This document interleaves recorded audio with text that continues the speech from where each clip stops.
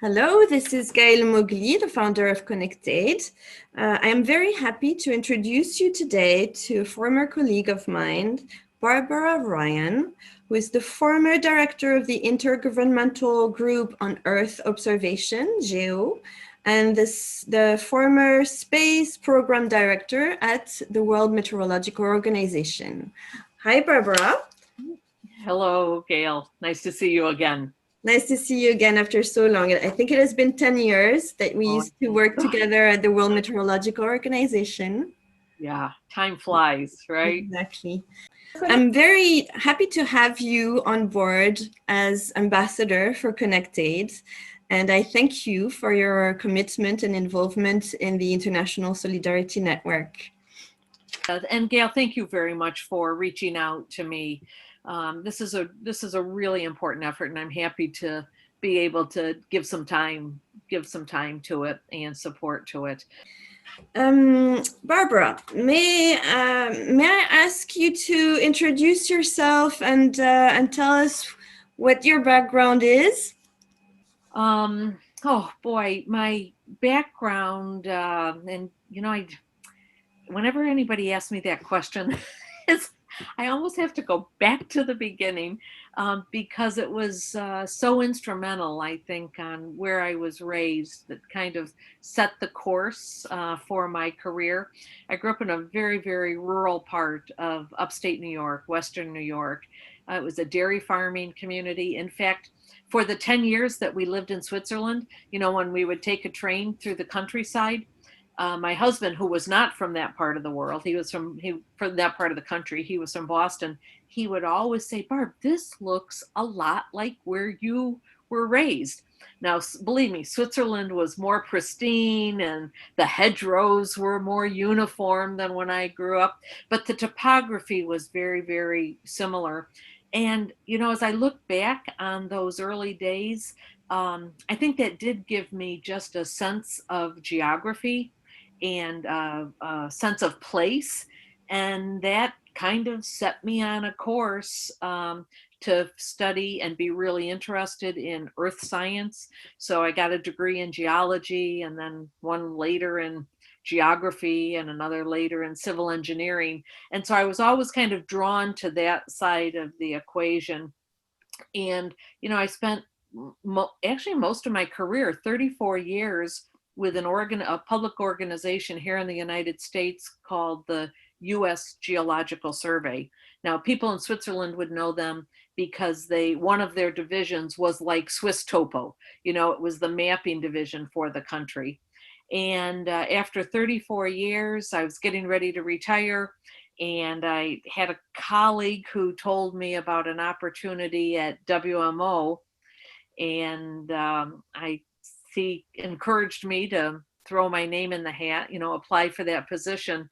And lo and behold, I got it. And so that's when we moved to Geneva and had an opportunity to meet you, Gail. That was in 2008. I worked for WMO. Yeah, 2008. I worked for WMO for 4 years. And then another opportunity came up also in Geneva, ironically in the same building that I worked before. And that was with the Group on Earth Observation. So I worked for them. I had 2 terms with them. So that was 6 years. And then I retired again in 2018. And my husband and I moved back to the United States. And he kind of jokes now because he said, "Okay, I thought you were going to really retire this time." And you're not. It's hard. I'm doing a fair amount of volunteer work. I'm doing a little bit of consulting. But, I feel pretty strongly about, what's happening to the earth and what we as humans could be doing to kind of change the trajectory that we're on. And so while I've still got energy and I've still got the ability, I'd like to be able to give back to the community. And that's me in a nutshell. That's very impressive. I'd like to show a brief video that sort of summarizes your background with images, like when you were the director of GEO, and we also see some interviews of your son and your husband. So it's a very brief video, and we're going to see it right away. All right, thanks. Barbara Ryan feels at home with nature, be it spending hours playing outdoors as a kid or measuring groundwater withdrawal for the United States Geological Survey as a grown-up, or even leading the Intergovernmental Group on Earth Observations as its secretarial director. The creek out behind our house, and we would just spend countless hours, rain or shine, outdoors, and you just saw how interconnected things are. It ultimately led to me being quite interested in earth science. Ryan joined the USGS in 1974 and became an expert in groundwater contamination. That was my first real exposure to the challenges that scientists have in communicating messages, the value of their work to either policy people or lay people. Advancing steadily at the USGS, Ryan became an associate director, responsible for the agency's remote sensing, geography, and civilian mapping programs. This included the Landsat satellites. Any Earth observation information that's collected by national governments needs to be made broadly and openly available to all of their citizens.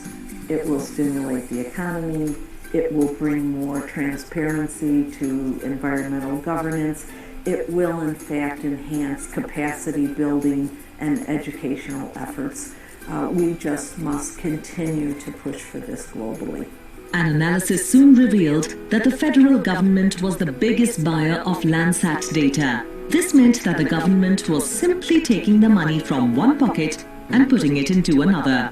Ryan led the effort to change the decade-old Landsat data policy to full and open. Barb's vision was to make all of the data in the Landsat archive available at no cost to the user and with an open data policy. Barb's decision to look the archive benefited not only the U.S. science community, but had an international impact as well, and became a model for GEO. The policy change resulted in $1.7 billion being returned to the U.S. economy in just 3 years. Ryan's leadership in setting up Federal Geographic Data Committee, strengthening processes and outreach of the Geo Secretariat certainly warrant her a place in the Geospatial Hall of Fame. And even as Ryan serves as a mentor and a role model for colleagues, for her family, she is much, much more. Barbara has always been resolute in her push for good governance, no matter how far, wide, or deep the jurisdiction. And she's moved forward through all our lives with the belief that much can be accomplished if you're willing to downplay your contribution and hand over recognition of accomplishments to those around you. This recent honor by you, her peers, is well overdue, and I'm extremely pleased to be a part of it all. Going on walks with my mom, and she would have both hands full of litter at the end of the walk, and that's something I still do today. Every time I go on walks, I pick up other people's trash, and she taught me that every action that we take has a profound impact, and if we all start making the right decisions, that's the first way and the first step to change the world. So thank you, Mom. I love you.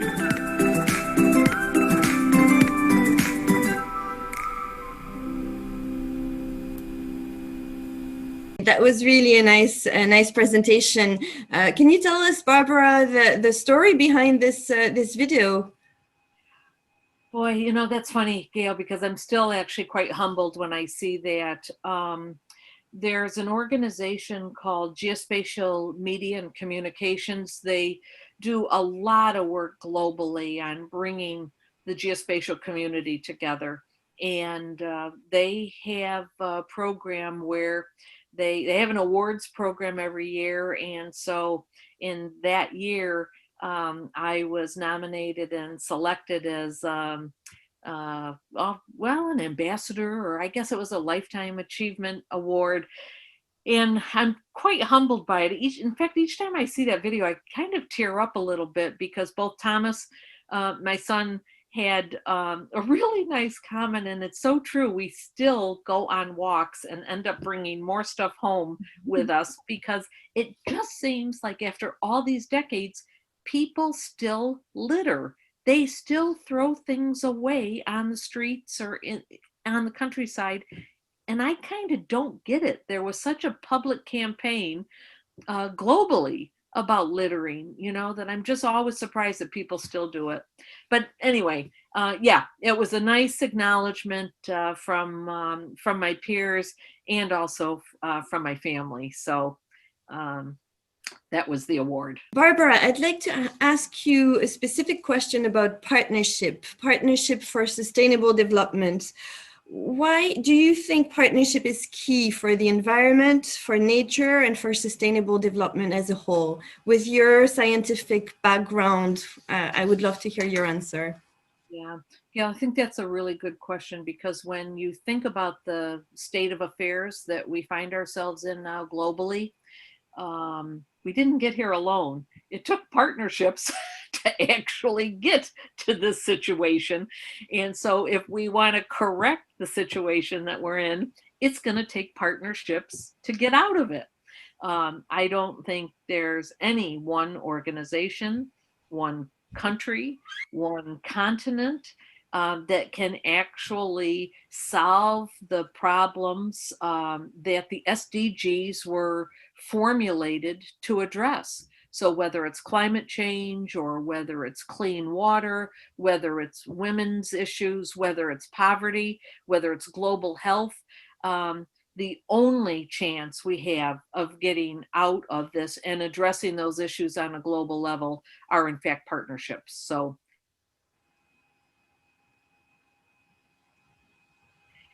a premise for me in how to go forward. Okay, and can you tell us how, when you were working as the director of GEO, or did you try to change things by, did you talk to many people in governments, in the private sector to try to work together more to advance things, to reach SDGs? Which we used to call Millennium Development Goals at the time. Yeah, that's right. In fact, when I was still with the U.S. Geological Survey before 2008, they were characterized as the Millennium Development Goals. You're absolutely right about that. Yeah, particularly in GEO, in the Group on Earth Observations, it was all about partnerships. Now, as an intergovernmental organization, the partnership started with governments. We weren't a UN organization, but we tried to adhere to the policies and practices of the UN. And in fact, that's where the World Meteorological Organization, WMO, provided all our administrative support. So we would contract with WMO for that support. So we didn't have to build up our own staff in that regard. But I think there were, I don't know, maybe 95 countries when I took over GEO. And then I think by the time I left, we had 100 and some, I can't quite remember the absolute number. So our first focus was trying to get more countries to join GEO. It was a voluntary organization.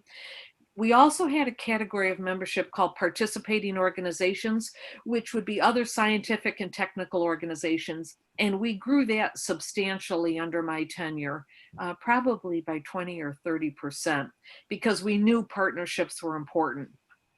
We also knew that bringing the private sector in was important, but you can imagine it was quite challenging to do. There were many, many governments that were distrustful of the private sector. And so I'll be honest, I didn't feel that we got very far at all with bringing the private sector into the tent. But I do know now that GEO has been successful in creating another category of associate or affiliate member where the private sector can come in. And I'll talk about that just a little bit, because it also goes back to partnerships. There's a tremendous amount of work that governments are doing around the world, particularly in my field, which is collecting data about the earth. But we aren't always the best ones to create products and services to deliver to the user. And so I've seen really good examples where the private sector can come in and add value and then distribute it. And, probably a good example would be Google Earth. We didn't have the capability to look at the earth before that. But that tool was based entirely on aerial photography and satellite data that was collected by governments. And so when I worked for the Geological Survey, we released the Landsat data, and that was the backbone of Google Earth. What they have now done is with Europe's policies, with Copernicus and the Sentinel series of satellites, it's broadly and openly available. That data is getting merged into Google Earth. So that's a good example where even though we had access to that data for decades, we never created a Google Earth. And so as soon as you can make that data broadly and openly available, then innovators in the private sector can come to the table. Kids in their basements, or in their garage can come to do something with this data. And I think it just helps unleash the power of that information. Mm. And it was all done with partnerships. I was wondering about, in the video you talk about the challenges that scientists like you have to communicate messages about sustainability. Could you tell us a little bit more about this? Gail, I think that's a good question because, and I'm afraid I'm not particularly optimistic about that situation. I think as scientists, we are not always the best communicators. We do a really good job of talking about how the study was put together and the individual steps and just the rigor with which we, put an analysis together.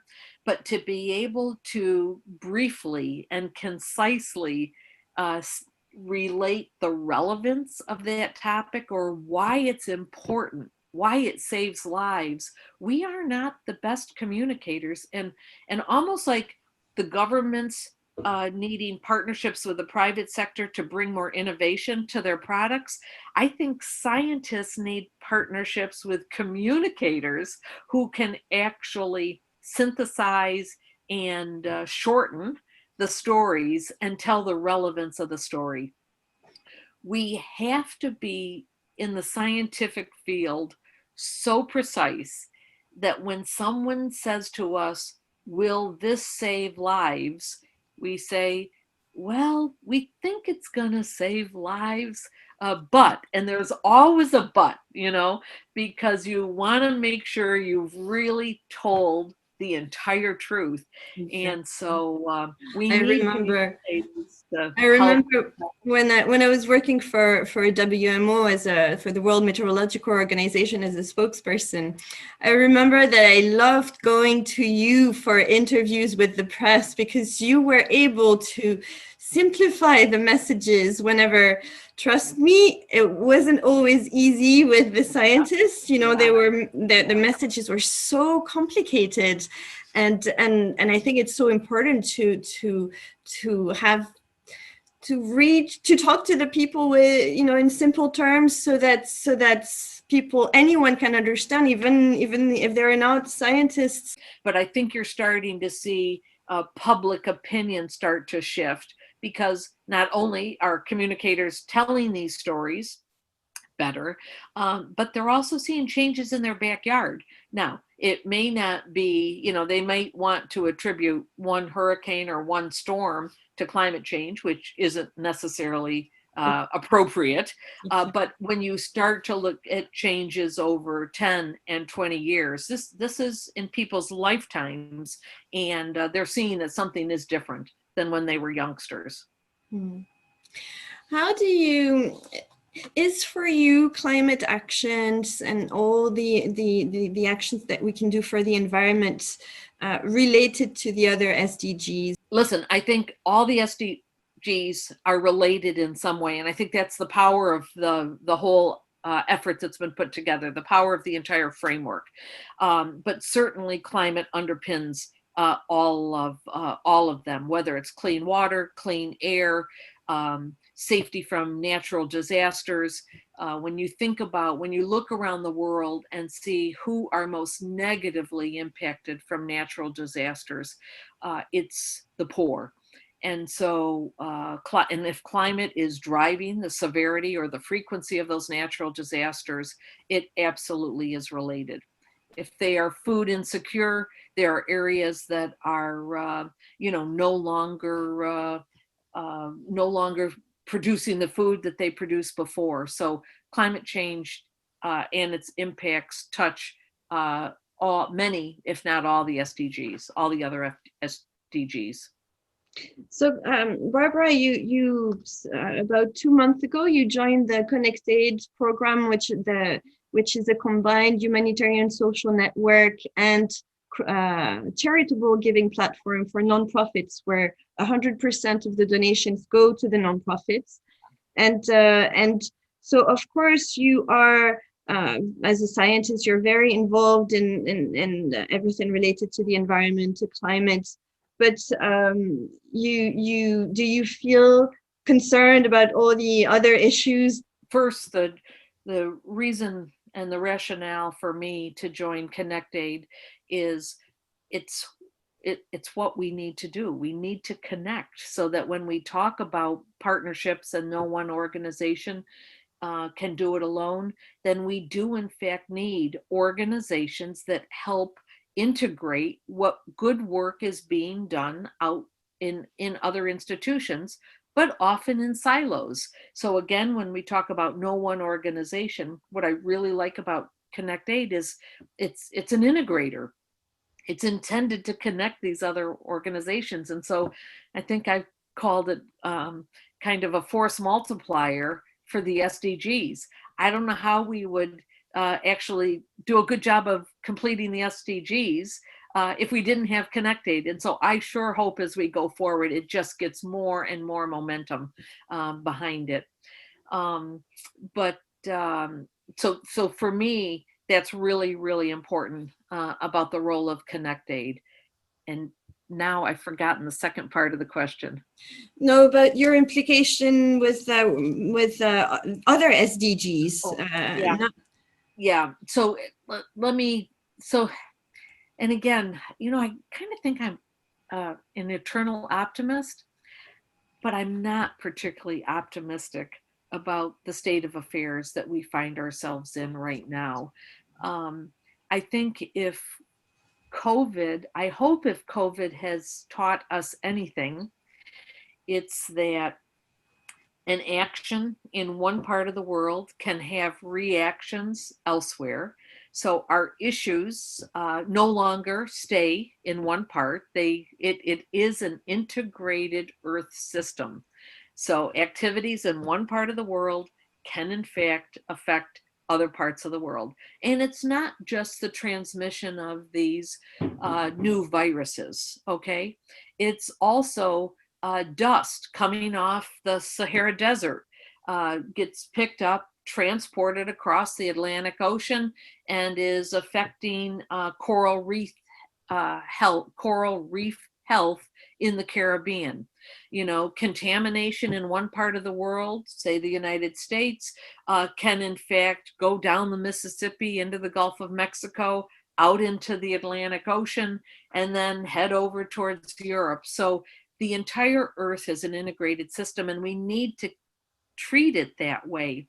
But what I worry about, and this also comes back to the role that ConnectAID can play, I worry about our government or public institutions are not moving quickly enough to address the changes that are occurring in the Earth's system. And I think efforts like the SDGs or with the Conference of the Parties for climate change, we've just got to continue to push governments to work more quickly and together so that we can really address these issues in a much more effective manner. Yeah, and maybe not just governments. I think every citizen of the world has a role to play. And I really like the way you talked about this sort of snowball effect or this butterfly effect as well. I think that was the goal when we created ConnectAID, is really to allow everyone to become change maker, to really see the changes that are happening on the ground, but clearly, with real impacts on real lives, and to be able to follow those projects and make them feel like they're your own projects, and in a way then you really become a change maker by contributing to whether it is to help orphans in an orphanage, or people to get out of poverty in Rwanda. It's I think everyone has a role to play and can do something about it. Gail, I totally agree with that. And then the other thing is, no action is too small. So, you know, and that comes back to every person could do something. You know, I think a lot of us kind of feel like, oh, I've got to kind of save the world, when in fact, you know what, if you just picked up the trash in front of your house, that would make a difference, right? So no action is too small. Exactly.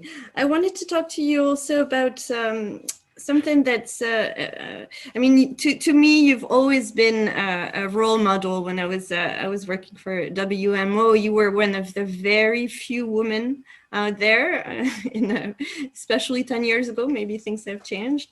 But I'd like to have your opinion on the role of women in the scientific community, and maybe tell us how hard it was for you to become one of those top scientists in the world, to, you know, as a woman. Yeah. Well, obviously, you know, I think that women have a really important voice to bring to the table, and they and like all people, need mentors and need to be encouraged to find their voice. I was fortunate early in my career. Now, again, this is, well, it would have been 1974 when I graduated from university, and started my career. But actually, even before that, because even selecting majors like geology or civil engineering it wasn't typical for women to go into those fields. So we were often kind of the minority in those fields. But and there certainly were challenges. I don't want to say that there weren't, you know. And so there were challenges, and people kind of tried to put you in a little box. But at the same time, I had some really good mentors along the way, and they would often, you know, when you got frustrated, you could pick up the phone and Other talk women mentors? You know, ironically, at that time, there were not very many women in the organizations that could then turn around and mentor. So certainly in my early career, they were male mentors. They were not often your supervisor, but sometimes a level or two above your supervisor, that could recognize something, you know, energy or interest, and then would often pick up the phone and say, hey, listen, there's a really good opportunity over here. It may require that you move, but we would encourage you to think about applying for that job. And so oftentimes I did. And then I do have to say that you need a supportive network and family too, because Jim and I have been married for, I don't know, 41 or 42 years now. And so many of those moves were for my career, and there were sacrifices that he took for that. So, you know, whoever said it takes a village, it takes a village to nurture and mentor anyone's career. But I think particularly for people that are in non-traditional fields, so whether it's women in traditionally male fields, or if it's men in traditionally female fields, there needs to be a village that supports them as they go forward. Now, let me just say, if a door is opened, you have to walk through that door. You can't say, oh, I don't know if I want to go through it or not, because if they open a door, there's a lot of pressure to walk through it. And then there's even more pressure to succeed once you get through that door. But you know, if people opened that door, you don't want to let them down. And so you work doubly hard to make sure, you know, you don't disappoint them. And I, you know what, honestly, I think that's for everybody, whether you're male or female. But I do think minorities in selected fields have a very difficult time, you know, whether it's gender based or racially based or, you know, whatever. It's tough. Mm. So would you have some advice for young women who want to become one of the top scientists? Yeah, just if that is what you want to do, keep trying. No matter how many barriers are put up in front of you, if your intentions are to become the best scientist that you can be, or the best school teacher that you can be, or whatever, the best person, you're going to find a way to overcome those barriers. Thank you so much, Barbara. It was really a pleasure, and I hope to see you very soon. And thank you everyone for joining this session. And do not hesitate to contact us. I think Barbara and I were quite active on LinkedIn, so don't hesitate to reach out. And goodbye, Barbara. Thank you.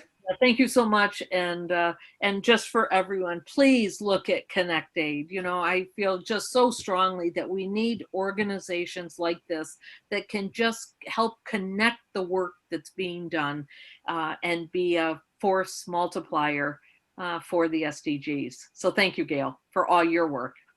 Thank you.